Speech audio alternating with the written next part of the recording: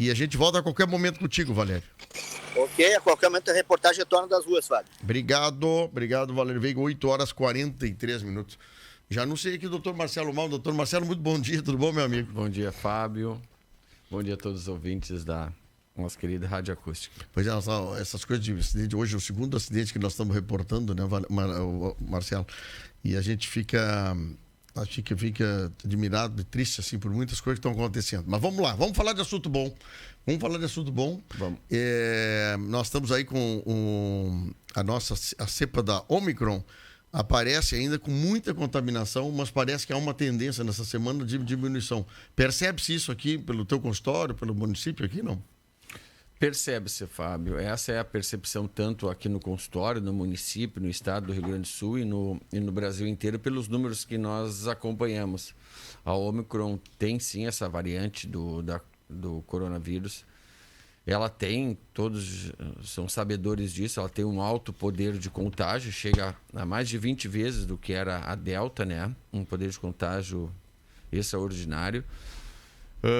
Mas assim como ela teve o pico, e isso como nós já falamos aqui em sessões anteriores, nós aprendemos isso, né, com o passar do tempo. Tudo o que acontecia na Europa e nesse caso agora na África do Sul ia acontecer no Brasil, né? Sem sombra de dúvidas foi se repetindo isso daí. Então, na África teve aquele pico com 4, 6 semanas e nós acompanhamos esse pico, que seria na primeira, segunda semana de fevereiro, foi o que aconteceu, e ela começa a diminuir também rapidamente. É lógico que ainda estamos atendendo alguns casos no consultório, menos do que nas semanas anteriores. E importante, Fábio, o que a gente nota perfeitamente aquelas pessoas que estão com as 3 doses são pessoas com sintomas extremamente leves.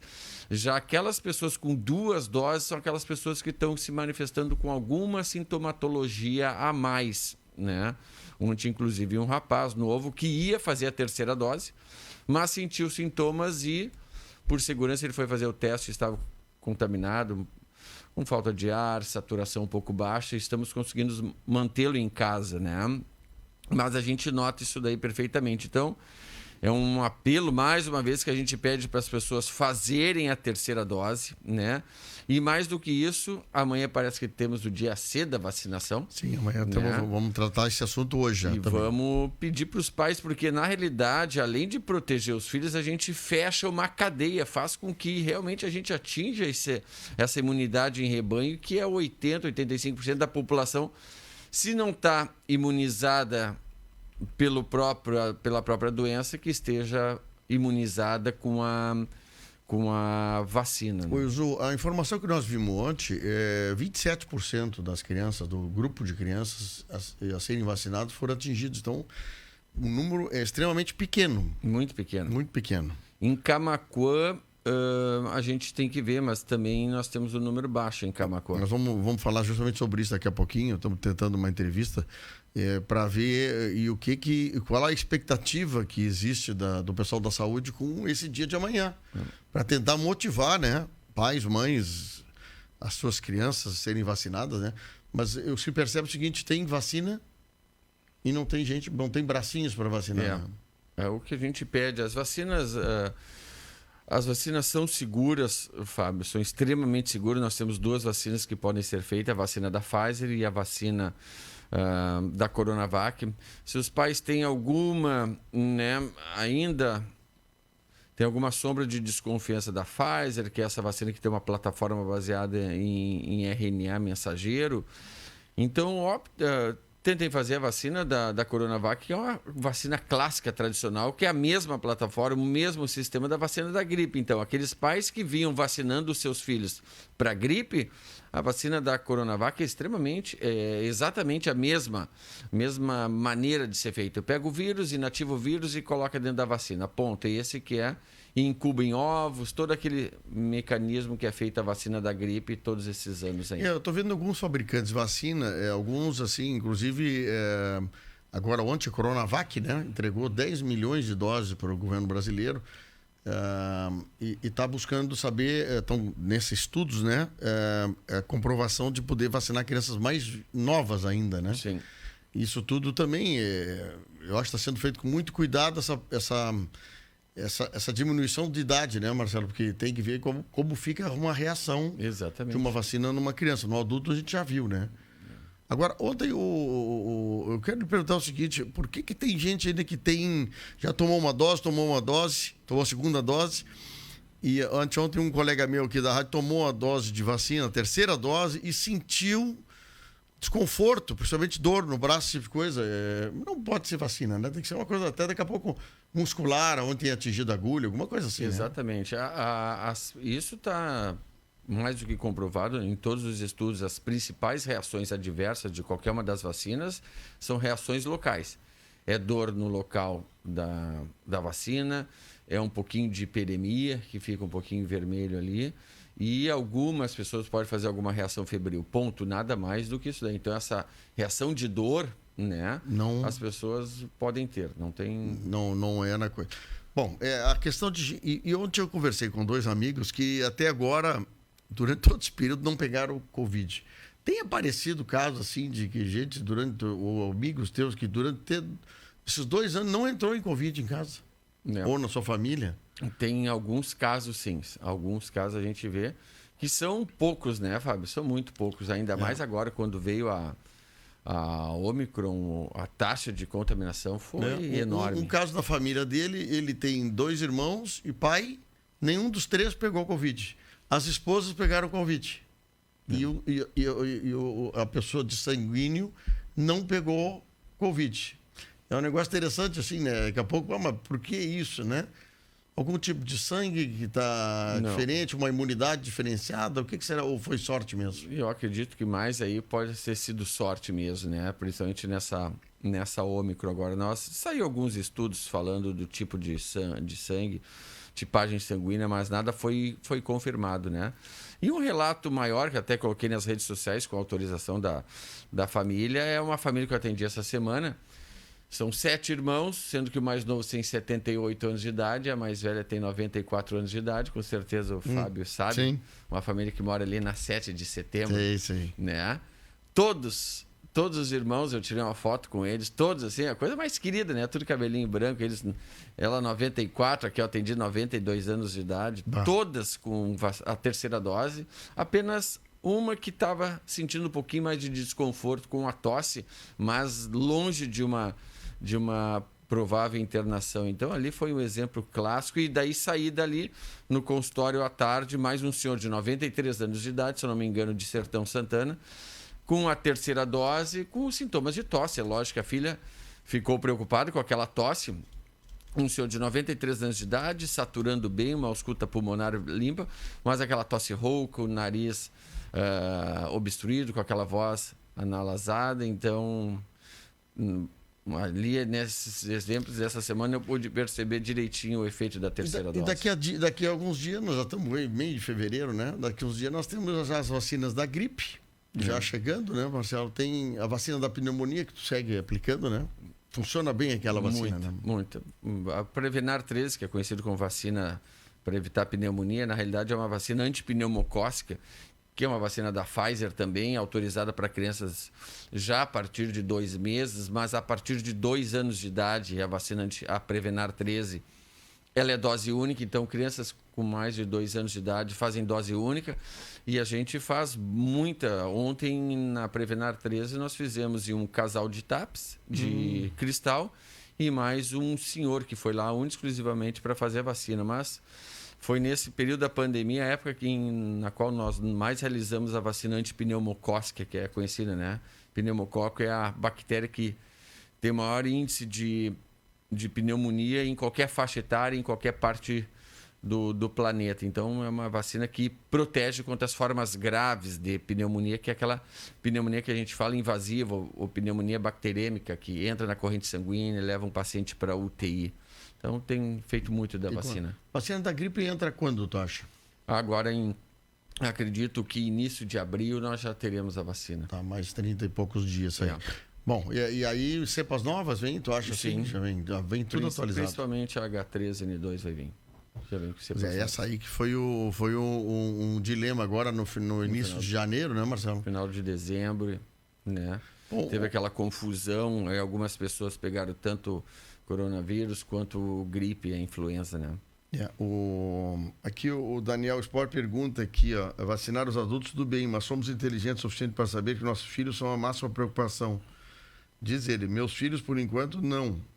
Já dizia aquela velha máxima. E aí? Ainda tem pais, como o caso do Daniel está dizendo aqui, que o filho não vai ser vacinado. Aqui tem outra pergunta. Pergunta não. Isso aqui é uma das questões que nós estamos indo lá na secretaria. Uma pessoa perguntou para a secretaria, eu acho que pelo WhatsApp, e sobre um filho de 9 anos mandou os dados deles e nem responderam para ele lá. Isso é um assunto que nós vamos tratar daqui a pouquinho. Tem pais em dúvida ainda sobre vacina de criança. É uma coisa, percebe-se não só aqui pela declaração desse pai que mandou, sobre consequências ou não de vacinar crianças com essas doses. O que de estudo tem acontecido nisso, Marcelo? A gente vê que crianças... Claro, sempre vai dizer assim, teve óbito de criança, mas estou falando de milhares ou bilhões de pessoas, né? E como é que você vê, assim, essa questão da criança que, quando pega o Covid, sem vacina, a gente sabe que os sintomas delas é um sintoma muito leve. O que está se ventilando, está se dizendo, é que a vacina ajuda a que ela não retransmita o vírus de tal potência para a pessoa seguinte. Como é que a gente pode fazer essa defesa nesse assunto da vacina em crianças? Não resta dúvida nenhuma que o coronavírus, desde o início, ela preservou as crianças. Isso a gente sabe. Em qualquer uma das variantes, ela preservou as crianças. E agora, com a Omicron, claro que, pela porcentagem, uma porcentagem muito grande da população foi contaminada. É lógico que quanto mais contaminado, mais doentes nós vamos ter com doenças graves. E isso entrou as crianças. Isso. E nós temos mais crianças internadas, algumas crianças em UTI, por causa dessa expansão. Sim, pela estatística, né? Pela estatística. Pela potencialidade que deu de aumento de pessoas contaminadas, começa a aparecer crianças na estatística, é isso, né? Exatamente. Certo. Então, nós temos uma estatística que de 0 a 19 anos de idade, nós tínhamos 2 mil óbitos. Pô, mas se pegar de 600 mil óbitos, 2 mil não é nada. Mas o que eu posso dizer para esses pais, eu, doutor Marcelo, não gostaria que meu filho tivesse dentro desses 2 mil casos, né? Não são números, são crianças, são adolescentes, né? Que tinham toda a vida pela frente. Então, a doença, ela afeta, sim, as crianças, os adolescentes e pode levar ao óbito. Além de nós protegermos os nossos filhos, os nossos netos, a gente está diminuindo, a gente está criando uma barreira de transmissão para o vírus, porque agora essas crianças vão ir para escolas, vão conviver com mais crianças, podem adquirir o vírus dentro da escola e trazer para dentro de casa para o avô, para a avó, para os pais. Então, a gente também, fazendo a vacinação, a gente diminui a cadeia de transmissão. Sim. E o que a gente pode dizer para esses pais é que o Brasil foi um dos últimos países a começar a vacinar crianças. Então, nós temos crianças sendo vacinadas há mais de ano, né? Principalmente na Europa e Estados Unidos. Há muitos meses essas crianças já estão vacinadas. E eu que lido muito com o mercado farmacêutico, com a indústria farmacêutica, e aí eu coloco a Pfizer, coloco a Boehringer, coloco a Chiesi, laboratório italiano, laboratório alemão, pega a Roche também. São empresas extremamente sérias e corretas. Para eles lançarem tanto uma vacina, Fábio, quanto qualquer medicamento, esses de ponta que a gente vê, pega um medicamento de ponta para hipertensão, para diabetes, para os pacientes sem enfisema, esses medicamentos primeiro são liberados tanto nos Estados Unidos pelo FDA como na Europa pelo EMA, que é o órgão regulador europeu da liberação de medicamento, né? Então, para os ouvintes terem uma ideia como é que funciona, vamos supor que a Acústica seja um laboratório farmacêutico. A Acústica chega na EMA, que é o órgão regulador europeu, e diz, olha, nós estamos largando um protocolo aqui que nós estamos com uma molécula nova e nós vamos experimentar essa molécula nova, vamos iniciar ensaios, aqui está como é que vai ser o ensaio, para que idade, para que público e qual o objetivo que nós queremos atingir. Bom, eu quero atingir diminuição de mortalidade na diabetes mellitus com essa nova substância, comparado com o que tem de melhor no mercado. O que tem de melhor no mercado é a substância A. A minha substância eu vou provar que vai ser melhor que a substância A. Eu vou diminuir mais ainda as mortes. E isso daí, então, a Acústica, que é um laboratório, largou no EMA. Tá. Neste momento que o EMA autorizou, Fábio, o EMA tem toda a liberdade de entrar dentro do laboratório Acústica a hora e o dia que ele quiser. Ele abre a porta, pega os trabalhos e vai verificar. Ele não vai te dizer, Fábio, eu estou indo aí amanhã, eu quero ver os teus trabalhos. Não, eles não comunicam. Eles vão lá, então... No momento que uma vacina, uma droga chega numa prateleira de farmácia, essa droga foi exaustivamente pesquisada. Isso aí demora uns 10 anos. Aí que eu quero te fazer uma pergunta e um contraponto, né? A pesquisa, como tu disseste, né? Às vezes a pesquisa leva anos, né, Marcelo? Tem que fazer teste contra teste, testa de novo, faz teste cego, né? A vacina é uma coisa que ela veio muito rápido. Ela não teve esse período todo de maturação como há nos demais medicamentos, né? E isso, a gente viu assim, algumas coisas de consequências, né? Por exemplo, há estudos, né? Que é aí que eu falei o seguinte, eu sou leigo. Há estudos de que a pouquinho a vacina possa ter desencadeado reação numa pessoa por algum motivo. Ou daqui a pouco a vacina não protegeu a pessoa num determinado cepa do vírus. Nós estamos já com 3 doses, estamos ainda tendo contaminação. Como tu disseste, a reação é muito leve, não é grave, mas daqui a pouco, nesses 3 doses, pode pegar alguém com um problema que aguça. Quer dizer, tem coisas acontecendo nessa... Nós estamos em plena pesquisa com a vacina, né? Na realidade, por que se conseguiu uma vacina tão rápida? Por que conseguiu uma vacina? A gente fala em 5, 10 anos de liberar um medicamento. Sim. E a vacina foi liberada em um pouco mais de 12 meses. 2 fatores. Financeiro, 3 vou dizer. Financeiro, tinha muito dinheiro envolvido nisso daí, né? Países, laboratório, né? Israel foi Israel adiantou dinheiro para fazer essas vacinas. Então, tu tinha um poder financeiro grande, tu tinha uma situação de calamidade, tu precisava dessas vacinas para diminuir a mortalidade e foi o que a gente conseguiu. Em terceiro lugar, o mais importante, tu tinha público para isso. No momento que tu vai fazer uma vacina, Fábio, tu tem que ter a doença ao teu redor. Por que o Brasil foi um dos países escolhidos? Porque quando começou a diminuir a doença na Europa, Estados Unidos, o Brasil era o epicentro. Todos os laboratórios vieram para o Brasil começar a testar vacina, porque aqui tinha muita doença circulante. Sim. E era isso que se queria comprovar. Nós vamos pegar o grupo A, que vai receber placebo, não vai receber nada no braço, e um grupo que vai receber os anticorpos. E aí tu viu qual era a porcentagem dessas pessoas que adoeceram e que precisaram ir para o hospital e, consequentemente, tiveram óbito. Entendi. Então, foi fácil de fazer essa pesquisa no mundo inteiro, porque tu tinha muito público. Com um medicamento, tu tem que ser específico. Eu tenho que pegar uma pessoa acima de 60 anos de idade, eu tenho que pegar uma pessoa que tem diabetes, tem que fazer um quadro. Deixa eu te fazer umas perguntas aqui rapidinho. A Yara Moreira pergunta o seguinte: quem tem 2 doses de vacina e pegou Covid, quanto tempo depois do sintoma, do passar o momento do Covid, poderá ser tomada a 3ª dose? O que se preconiza hoje é 4 semanas. O início dos sintomas dela, eu iniciei meus sintomas dia 5 de fevereiro. Dia 15. Dia 15, 10 de março, ela já pode fazer a 3ª dose tranquilamente. Bom, a gente vai ter que, obviamente, isso vai ser vai ser coisa. Mas uma coisa que me chama a atenção muito é a questão da Janssen. A Janssen, quando lançou a fábrica e a vacina de 1 dose, ela disse, eu tenho 1 dose para cobrir toda o Covid. Numa dose só. E isso era inovação. Eu tinha já amigos meus que queriam esperar chegar a Janssen aqui em Camaquã para se vacinar. Bom, a Janssen veio, continuou a necessidade de fazer a 2ª dose. Alguns amigos meus tomaram a Janssen 2ª dose. E a Johnson & Johnson, que é a proprietária da marca, fecha a fábrica. Não tem mais Janssen a ser produzida no mundo. Por quê?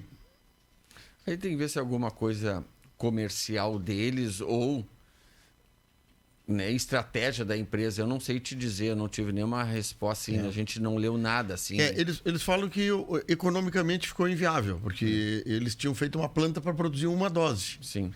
Produzir a 2ª. Eu fico pensando o seguinte, Marcelo, E eu estou fazendo o papel assim, do cara que cria dúvidas mesmo. Se uma grande empresa como a Johnson & Johnson, que é uma potência no mundo, consegue fazer uma vacina para uma dose, depois vem a segunda dose, e agora o mundo já está pensando em fazer a quarta dose, dependendo das marcas, se essa questão de ter que revacinar a população várias vezes, se isso não tem também uma influência de grana, de dinheiro nisso, incentivando aos governos, a população, de se revacinar várias vezes por uma questão financeira. Eu acredito que não, Fábio, porque isso aí tu tem que comprovar. Por exemplo, a Anvisa tem que liberar que vá ser feita a quarta dose e o porquê que tu vai liberar. O FDA tem que dizer por que tu vai fazer a quarta dose. A quarta dose no Brasil já está disponível para pessoas com câncer e pessoas HIV positivo, ou seja, que têm imunidade extremamente debilitada. Então, essas pessoas já estão recebendo a quarta dose. Agora, por questão financeira, o laboratório não chega aqui em Camaquã e fala, prefeito, olha, eu vou te dar um dinheiro, nós vamos começar. Não, só um pouquinho, eu tenho que aprovar. O que eu posso dizer da Anvisa, a Anvisa para nós médicos, e principalmente para nós pneumologistas, eu já contei esse fato, em um dos congressos que eu fui, teve o congresso que teve aqui das Américas, que foi na Colômbia, foi ali em... Na Colômbia, Bogotá? Não, me fugiu agora o nome da cidade que nós estivemos lá, Fábio. Lá eu me lembro que hoje esse medicamento que é maravilhoso para o paciente com DPOC, que são 2 broncodilatadores de ação ultralonga dentro do mesmo medicamento, nós já tínhamos no Uruguai, já tínhamos na Argentina e já tínhamos na Colômbia. E eu perguntei para o stand do laboratório, que era Berger, por que a gente não tem esse medicamento que lá na Europa, nos congressos que eu já estou indo, nós já temos há 3 anos, isso daí é rotina na Europa, a gente usar um broncodilatador de ação longa duplo. Marcelo, nosso problema se chama Anvisa. O pessoal, entre parênteses, é muito chato, eles pedem muita pesquisa feita dentro do Brasil e já liberado lá.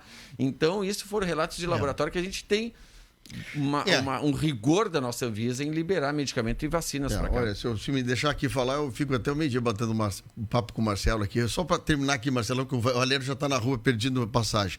A Yara pergunta uma coisa que eu também gostaria de saber. Terceira dose, pode ser qualquer... por exemplo, eu tomei 2 Pfizer, a terceira dose minha. Tem médicos que recomendam, sugerem que seja uma vacina diferente. Ou pode ser a mesma marca? 2 coisas, Yara, é boa a pergunta. Uma que a gente não pode escolher, chegar lá, não pode escolher. Mas se nós fizermos o que se tem... comprovado que é até melhor se nós usarmos plataformas diferentes. Eu fiz 2 da Pfizer, vou fazer da Coronavac agora. Eu fiz 2 da Coronavac e vou fazer a terceira da Pfizer. Isso seria o ideal. Nós aumentamos o número de receptores que a gente tem dos nossos anticorpos. Nós forçamos o nosso sistema imunológico a trabalhar de maneiras diferentes. Sim. Então, não dá para escolher. Mas se daqui a pouco se for uma terceira, melhor. Com certeza. Doutor Marcelo Malman, obrigado pela tua participação aqui conosco. Tem mais coisa para perguntar para ti, mas não dá hoje.